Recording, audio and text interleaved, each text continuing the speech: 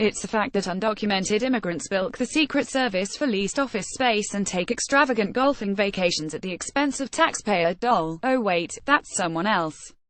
What is a fact, however, is that undocumented immigrants, contrary to the lies fed by the tweeter and shift, aren't eligible for public benefits.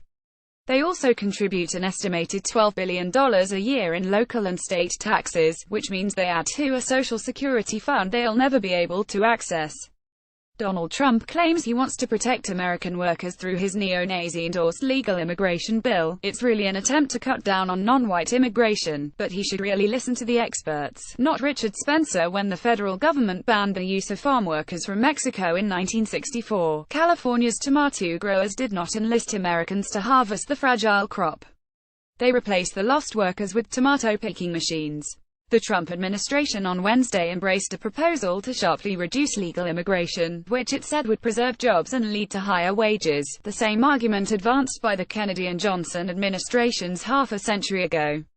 But economists say the tomato story and a host of related evidence show that there is no clear connection between less immigration and more jobs for Americans.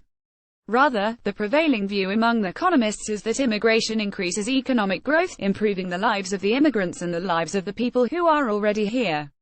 The average American worker is more likely to lose than to gain from immigration restrictions, said Giovanni Perry, a UC Davis economist. According to research from the American Immigration Council, not only are immigrants unlikely to take jobs away from the native-born, but they can also create new jobs for American workers.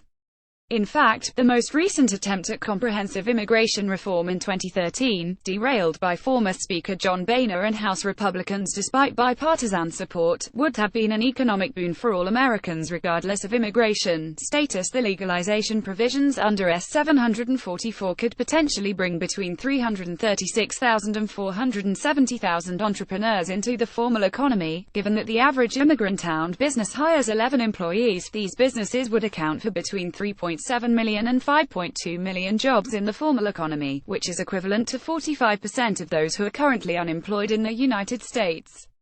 Some of these 3.7 million to 5.2 million jobs may be new jobs as a result of immigrants starting businesses and hiring workers for the first time. Others, however, may simply be jobs that are formalized for the first time. Nonetheless, whether they are new jobs or recently formalized jobs, the U.S. labor market and economy will be better off, as formal jobs often have higher pay and generate greater tax revenues. Under sensible immigration reform such as S. 744, immigrants would trigger increased wages for native-born workers and generate new jobs. Funny how when you're trying to pit American communities against one another in order to continue enacting your racist agenda to make America white, those kinds of facts never make it into the conversation.